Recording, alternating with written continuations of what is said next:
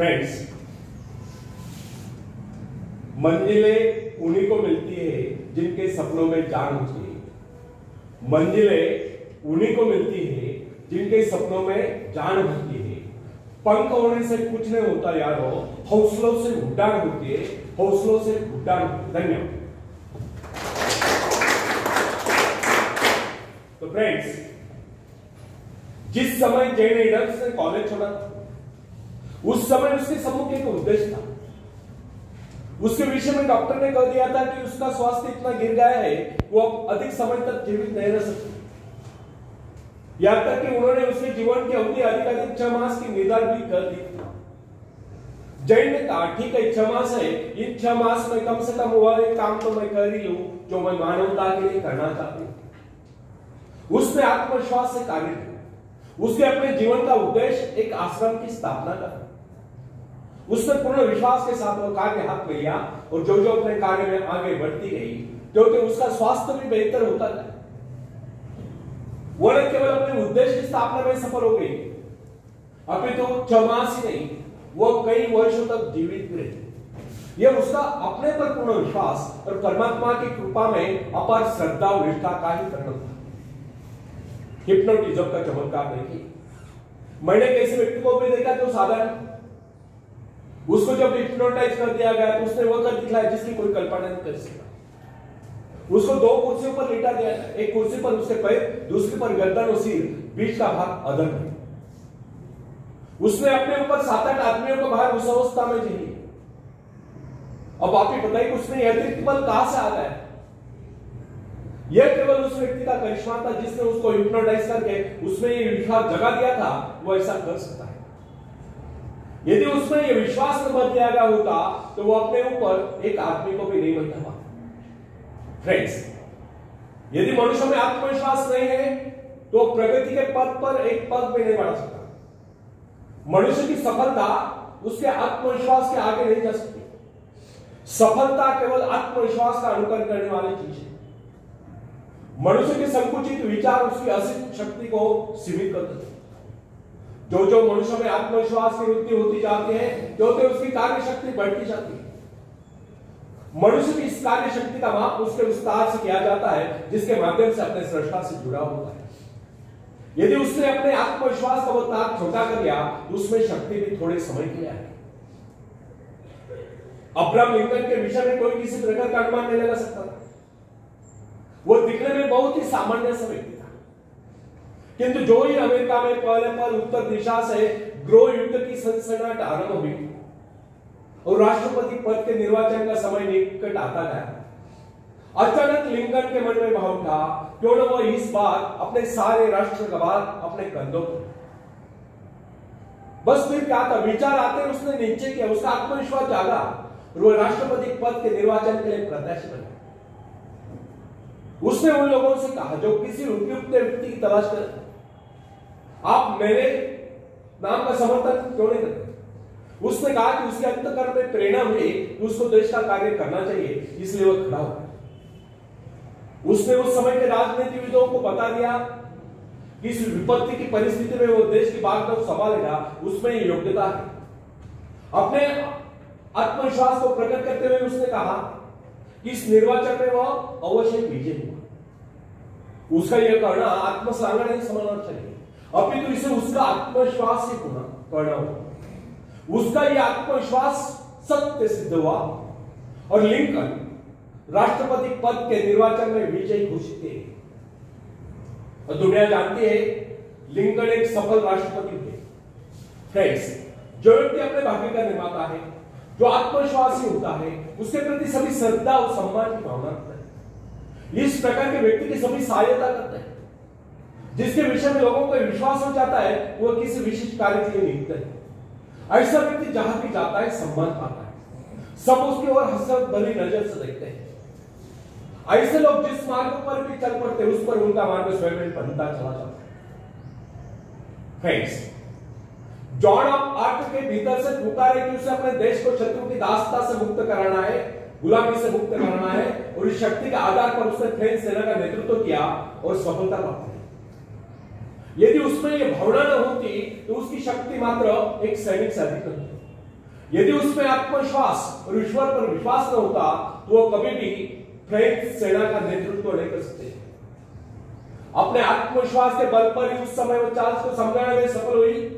इस परिस्थिति में केवल वही देश की सेना का नेतृत्व कर सकती है, इस प्रकार देश की रक्षा कर सकती है। जॉन के हृदय में जो प्रबल आत्मविश्वास और ईश्वर के प्रति रूढ़ आस्था थी, उसके बल पर उसने फ्रेंच सेना का सेनापतित्व संभाला। उसका आत्मविश्वास वरदान सिद्ध हुआ। यद्यपि उसको युद्ध कला का प्रारंभिक ज्ञान भी नहीं था। बाल्यकाल में जब वो अपने माता पिता के भेड़ों की रखवाली करती थी, उस समय उसको कुछ आभास हुआ, किंतु उसका पिता उसकी खिल्ली उड़ाता था। इसके अतिरिक्त वो नारी थी।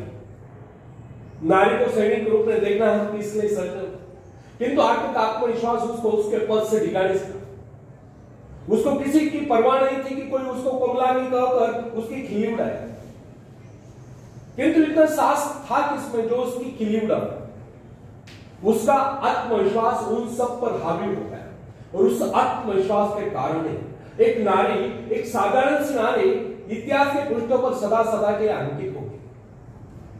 फ्रेंड्स, नॉर्थ पोल की खोज करने वाले पेरी के आत्मविश्वास के विषय में तनिक विचार किया। उसने इसके लिए एक बार नहीं अनेक बार प्रयत्न किए, अनेक बार उसको अपने जान के लाने पड़े, किंतु क्या इससे वो निरुत्साहित हुआ। यहां तक कि उसका जलयान खंडे खंड हो गया। अनेक बाधाएं सामने, उसके संगे साथी उसको बीच मझधार में छोड़कर चले गए, किंतु वो अपने आत्मविश्वास के आधार पर अपने उद्देश्य की सिद्धि के लिए आगे बढ़ता ही गया। उसके अपने जीवन का लक्ष्य उत्तरी ध्रुव को प्राप्त करना था, जो उसके मन से कभी नहीं मिला। फ्रेंड्स, संसार में ऐसे लोगों की कमी नहीं जो कि छोटे छोटे पदों पर कार्यरत हैं।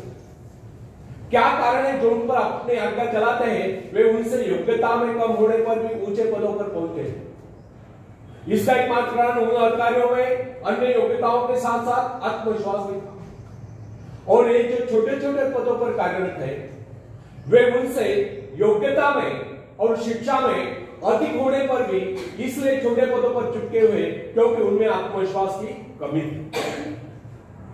मेरा एक परिचित जो कि अन्य अधिकारियों की अपेक्षा कम आयु का था, उसको अस्थायी रूप से एक उच्च पद प्राप्त हुआ जिसकी उसको अपेक्षा नहीं थी, किंतु यह उसका आत्मविश्वास ही था कि उसने उस पद की गरिमा को इस प्रकार निभाया कि लोग आश्चर्यचकित रहे। यह उसका आत्मविश्वास ही था कि अनायास प्राप्त उस पद पर उसने सफलता से कार्य किया और उसके स्वामी का, उसके मालिक का उस पर विश्वास दृढ़ हो गया और उसने मालिक ने उसको उसी पद पर स्थायी रूप से, परमानेंट रूप से नियुक्त कर दिया।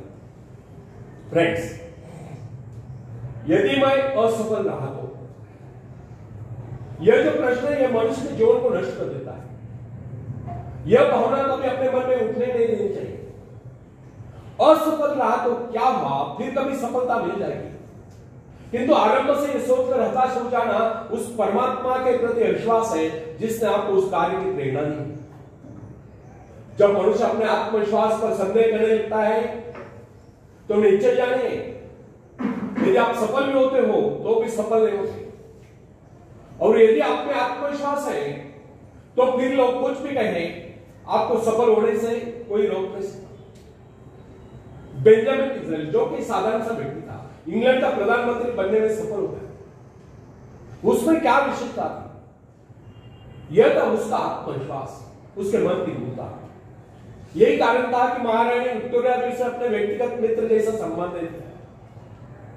कर्नल रूजवेल्ट में क्या विशेषता थी?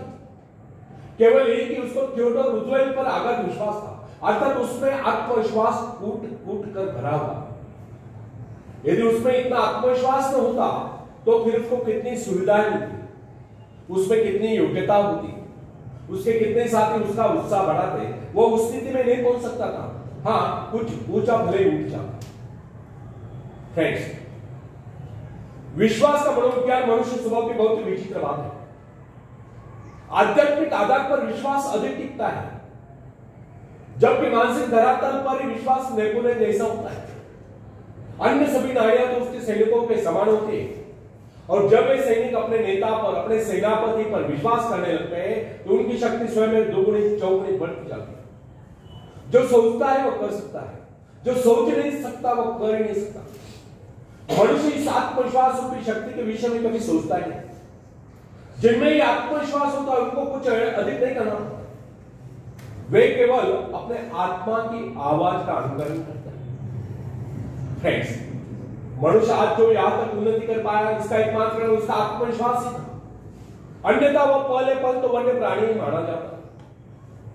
मोजेस में इतना आत्मविश्वास भरा था कि वह इजरायलियों को पेड़ जंगलों में से निकाल कर ले। ईसाई विश्वास के आधार पर भी सारे संत अपने आत्मविश्वास के कारण ही वो सब कार्य कर पाए जिनके विषय में उनके आश्चर्यकारक कारनामों की चर्चा की जाती रही। फ्रेंड्स, यदि आप करते हैं तो इसका अभिप्राय यह है कि आप में आत्मविश्वास नहीं। आप ईश्वर की संतान हैं, उसे आपका दुर्बल जीवन स्वीकार करें। वो आपको दुर्बल देखना ही नहीं चाहता। मनुष्य को अभ्यास कर लेना चाहिए कि वो अपना दिन का आरंभ और अंत स्वयं में और परमात्मा में विश्वास जागरूक करके, आत्मविश्वास जागरूक करके। यदि आप में पूर्ण आत्मविश्वास है तो इसके विपरीत विचार आपको पथभ्रष्ट कर नहीं सकते।